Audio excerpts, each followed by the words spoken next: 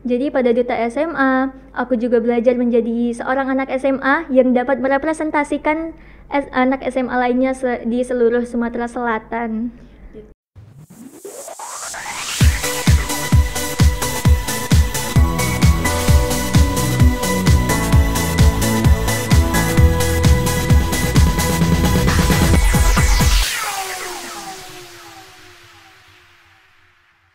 Hai, halo Sobat Jubel, balik lagi di Jubel Inspiratif, di mana kita mengundang tamu-tamu yang tentunya menginspirasi.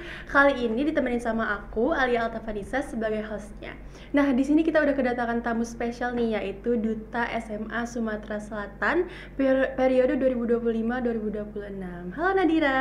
Halo Alia, halo semuanya. Kenalin, aku Masai Nadira Putri Zahra dari kelas 12-2 yang alhamdulillah terpilih kemarin menjadi Duta SMA Provinsi Sumatera Selatan tahun 2025. Nah, Nadira, hari ini aku mau tanya-tanya sedikit nih tentang Oke. jabatan baru kamu, yaitu Duta SMA Sumatera Selatan. Nah, menurut kamu sendiri, definisi dari Duta SMA itu apa sih dan apa manfaatnya? Baik, Duta SMA sendiri itu diciptakan untuk merepresentasikan seluruh anak SMA di seluruh Indonesia. Jadi di sini Direktorat SMA memilih pemuda-pemuda yang sinergis, mandiri dan aktif dalam mengkampanyekan prioritas, poin-poin prioritas dari Kemendikdasman. Nah, di sini sebenarnya Duta SMA itu manfaatnya banyak sekali teman-teman, dan tanggung jawabnya juga banyak sekali tentunya.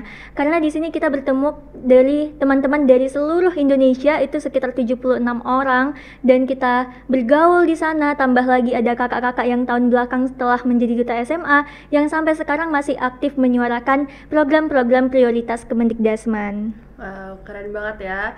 Nah, sebenarnya apa sih yang memotivasi kamu untuk ikut serta dalam ajang pemilihan Duta SMA ini? Baik, sebenarnya awalnya aku itu merupakan seorang pribadi yang suka banget ngebandingin diri sama orang lain. Oh, dia udah di sini nih pencapaiannya, aku belum ya. Dia udah di ranah nasional, kok aku belum ya.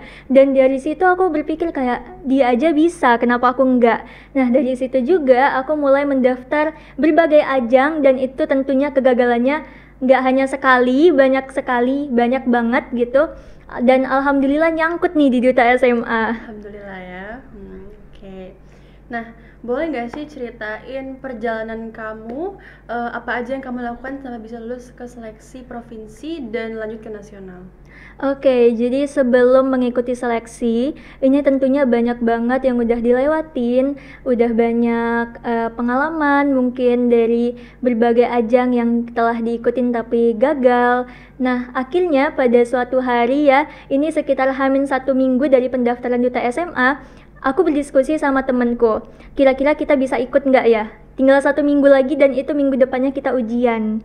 Akhirnya setelah panjang berdiskusi, kami mencalonkan diri begitu. Kami mengikuti ajang ini karena kami rasa sayang nih kalau nggak coba, ada kesempatan kenapa nggak coba gitu kan.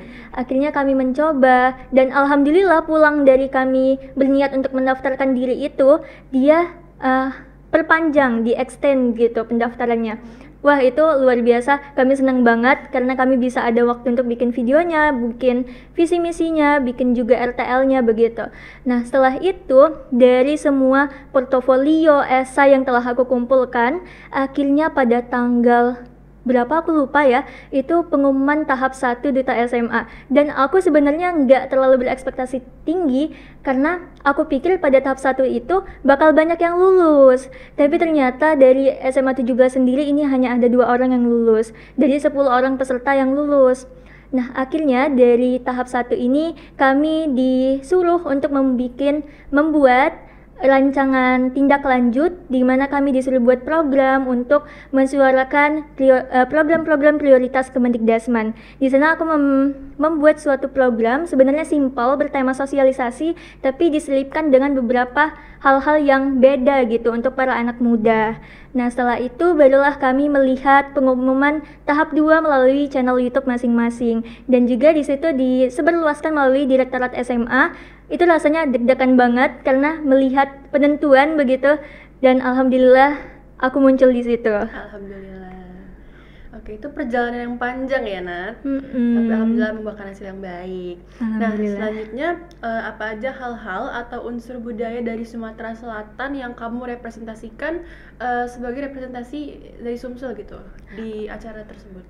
Oke, jadi pada acara tersebut aku membawa souvenir khusus dari Sumatera Selatan. Aku membawa pouch, tapi pouchnya itu bertemakan Palembang, jadi kayak berlapis songket gitu, dan itu motif dari Palembang asli kan. Aku membawa sekitar 100 pieces yang otomatis tiap orang akan mendapatkannya sampai panitianya. Di situ aku juga menjelaskan mengenai songket tersebut dan juga pada saat hari puncak itu kan kami memakai baju adat masing-masing begitu, dan kami banyak yang membagikan arti-arti dari simbolis yang kami kenakan begitu, dan di situ luar biasa merepresentasikan budaya Sumatera Selatan, itu senang sekali rasanya. Bangga ya. Mm-mm. Oke, selanjutnya apa tantangan terbesar kamu dalam mengikuti pemilihan ini? Oke, untuk tantangan terbesar sih menurut aku diri aku sendiri, karena pikiran-pikiran yang nggak bisa kita kontrol itu banyak banget teman-teman. Gimana kita kayak mikir, dia kok lebih hebat sih dari aku, tapi balik lagi gimana caranya kita mengolah itu semua. Ada yang bikin kita down, ada yang bikin kita nambah semangat, tapi usahain kita tuh bisa mengolahnya gimana biar kita bisa nambah semangat. Oh, dia bisa nih, aku juga harus bisa, nggak mungkin aku nyerah di sini aja begitu. Jadi pesan aku teman-teman, tiap apapun pikiran yang muncul dari diri kita sendiri itu nggak bisa dikontrol, tapi belajarlah cara mengolahnya. Karena kalau kalian belajar cara untuk menghentikannya itu nggak bakal pernah bisa dihentikan. Ya, jadi jangan overthinking ya, Nat. Mm-mm. Oke, terus setelah terpilih menjadi Duta SMA Sumatera Selatan, adakah dampak terhadap kehidupan kamu saat ini sebagai pelajar kelas 3 SMA? Oke, untuk dampaknya. Wah, dampaknya luar biasa ini. Luar biasa. Kami 4 hari penguatan Duta SMA itu udah terasa sekali dampaknya. Kami punya kenalan di seluruh Indonesia, kami punya jaringan positif di seluruh Indonesia, dan aku merasa aku bisa lebih belajar tentang kepemimpinan di sana. Kami melihat kan kami itu yang terpilih itu rata-rata pemimpin semua di daerahnya masing-masing. Jadi aku melihat dan aku belajar bagaimana cara pemimpin memimpin anggotanya, bagaimana cara mengayomi anggotanya begitu. Tapi di satu sisi kita juga nggak bisa selalu menjadi pemimpin, kita juga bisa harus menjadi anggota begitu. Karena kalau tiap orang memimpin ini akan terjadi kekacauan dalam kelompok tersebut.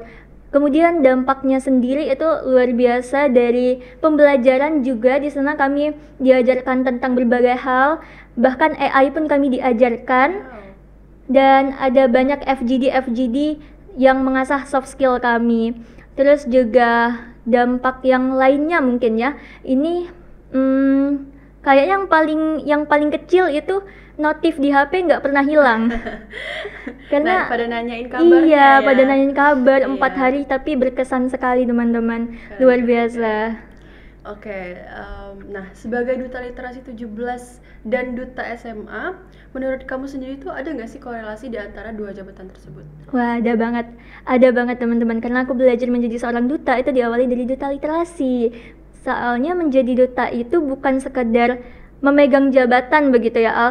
Kita tuh menjadi duta lebih ke bagaimana cara kita merepresentasikan kepada teman-teman kita, berperilaku baik, dan kita nggak boleh melanggar peraturan. Karena sekalinya kita melanggar, nanti akan ada omongan, duta aja ngelanggar, aku juga harus ngelanggar nih. Bener banget. Nah itu kan kacau kalau gitu dutanya. Jadi dari Duta Literasi aku belajar bahwa tanggung jawab yang kita pegang itu sebenarnya nggak kecil teman-teman. Tanggung jawab yang kita pegang itu harus bisa kita laksanakan di saat, bahkan tidak hanya saat jabatan, tapi setelah jabatan pun kami masih dimasukkan ke dalam kepengurusan duta begitu. Jadi pada Duta SMA aku juga belajar menjadi seorang anak SMA yang dapat merepresentasikan anak SMA lainnya di seluruh Sumatera Selatan. Gitu ya, oke. Nah, Duta SMA sendiri kan merupakan tanggung jawab yang besar ya. Tentu saja akan banyak sekali tugas-tugas baru yang kamu dapat. Nah, gimana sih cara kamu untuk menyeimbangkan kegiatan akademik dan non-akademik kamu? Baik, untuk kegiatan akademik, kalau bagi aku akademik itu yang paling pertama. apalagi duta SMA. Duta SMA itu dilihat sekali teman-teman, mulai dari akademiknya, perilakunya, apalagi akademik. Jadi di sini aku prioritasnya akademik dulu deh. Untuk RTL dan lain-lain mungkin bisa aku kesampingkan dan bisa diatur jadwal lagi. Karena kami itu wajib melakukan RTL dalam sebulan, tapi kami dibebaskan untuk melakukan RTL dalam bentuk apa. Jadi dalam hal ini kami melakukan strategi di mana kami akan melakukan RTL secara online di saat-saat sibuk kami pada TKA dan juga UTBK. Nah, untuk keseimbangannya sendiri ini balik lagi ke prioritas kita. Kalau aku kan prioritasnya akademik, jadi dimana aku lebih ke kayaknya belajar dulu deh daripada ngerjain yang lain-lain dan lebih fokus gitu. Udah kelas 12 nggak bisa lagi main-main teman-teman. Benar. Oke, nah selanjutnya adakah program atau kegiatan yang ingin kamu jalankan ke depan untuk mengembangkan literasi dan juga peran sebagai duta SMA?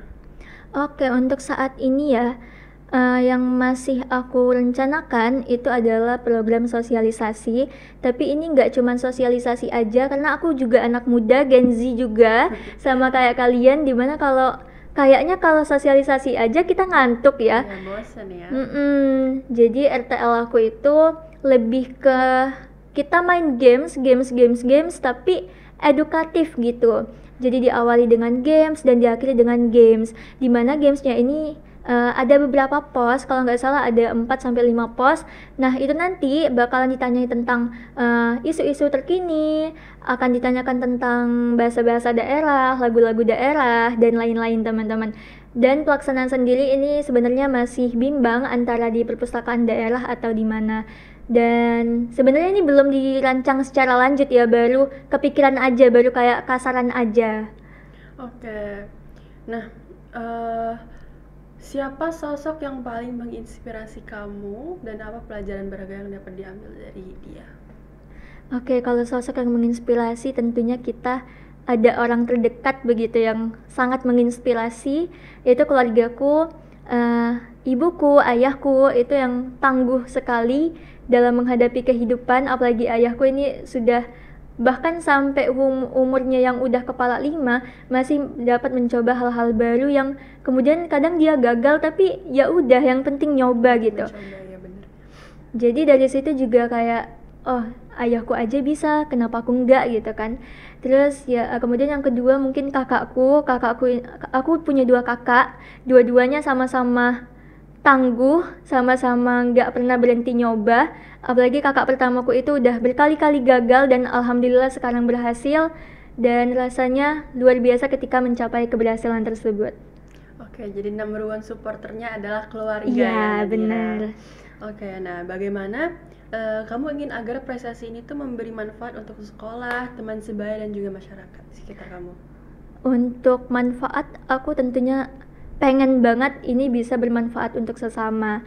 Dan kalau ditanya bagaimana ya, aku akan mensosialisasikan program-program Kemendikdasmen yang mungkin banyak orang yang belum tahu, apalagi anak-anak SMA.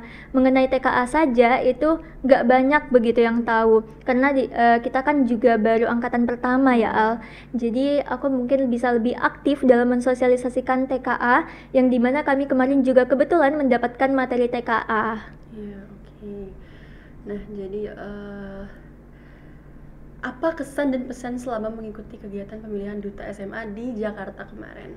Waduh, lagi dan lagi kesan dan pesannya Iya, luar biasa. Aku nggak bisa berkata apa-apa lagi karena itu beneran luar biasa teman-teman. Kami dari pagi sampai malam itu bersama terus, sampai kami kalau makan itu buat lingkaran, kami makan sama-sama 76 orang dari seluruh Indonesia, bahkan banyak yang dari pelosok negeri. Itu luar biasa mendengarkan cerita mereka dari pelosok negeri mereka. Terus juga diskusi tentang masalah-masalah yang ada di pelosok negeri tersebut. Dan biasanya obrolan kami itu kalau misalnya sama teman-teman lain, ini kan agak bercanda begitu ya. Kalau di sana itu luar biasanya obrolan kami itu berbobot sekali. Kami membahas tentang masalah-masalah di Indonesia, membahas tentang berbagai hal di Indonesia yang terjadi begitu. Dan rasanya aku di sana, wah ini luar biasa. Aku kayak ikut webinar, kayak ikut seminar begitu. Iya. Jadi kebersamaannya sangat terasa ya. Juga topik obrolannya tuh tingkat selanjutnya gitu, beda dari Iya. kita ya. Oke, nah adakah pesan untuk adik-adik yang juga tertarik gitu untuk mengikuti program Duta SMA ini? Oke, untuk adik-adik ya, jangan pernah takut untuk nyoba.